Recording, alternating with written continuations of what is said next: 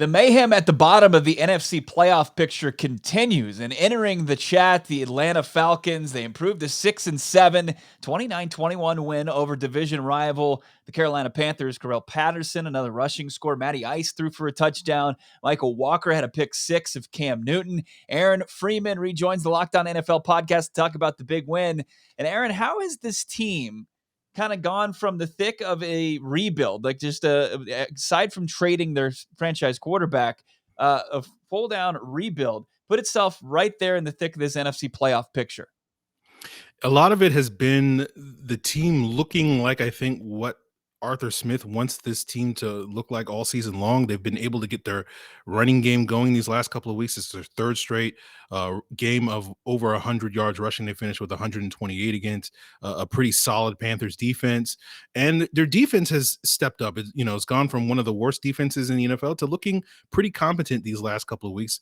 They got blown out by the Patriots 25-0 a couple of weeks ago, but the fact that they were able to keep the Patriots offense who've been basically scoring like 30 plus every single week to 25, and one of those was a defensive touchdown, was a promising sign. In these last couple of games, their defense has been able to keep them in the game despite the sort of the ups and downs of the Falcons offense led by that ground attack. So it does seem like the Falcons are slowly but surely molding into the type of team and defense that Arthur Smith wants to build.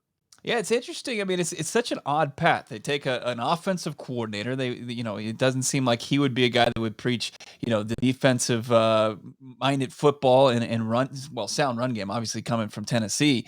But it's like you take a special teamer, a wide receiver, and he's your main running back, your key cog back there in Cordarrelle Patterson. It's just an interesting way. It's like the Atlanta Falcons have traded this explosive offense for this ground and pound defensive minded football team.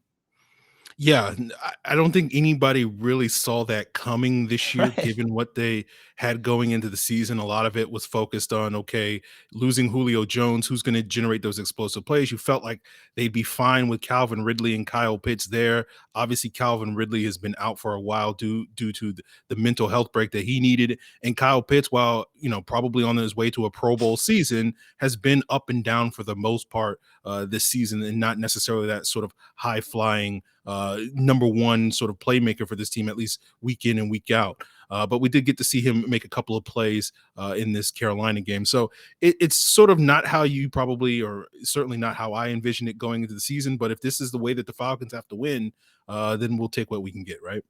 How are they? Yeah, no doubt about it. How are they making so much noise on the defensive side? Now it's been back-to-back weeks with a score from that side of the football. Who's the one that we're not paying attention enough to? Well, I think AJ Terrell's getting a lot of the buzz in terms of Yeah. his ability in coverage, and it's really been that for the Falcons. They have one of the worst pass rushes in the NFL. So really, when they make plays on that side of the ball, it is coming from guys in coverage. You saw AJ Terrell get his second interception of the season, or maybe his third. I lost count. But you also saw Michael Walker getting a pick six.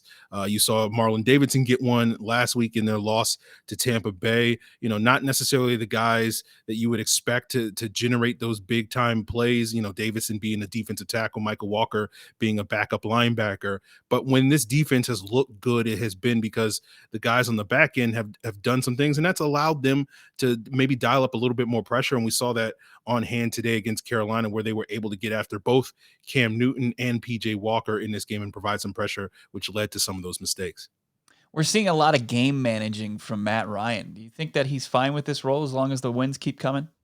Yeah, I think Matt Ryan's at a point in his career where he just cares about the W. So if he has to throw for, 140 yards or whatever he wound up throwing them for today, I think it was 190, then he'll take what he can get at this point in time, because I think Matt Ryan just wants to win.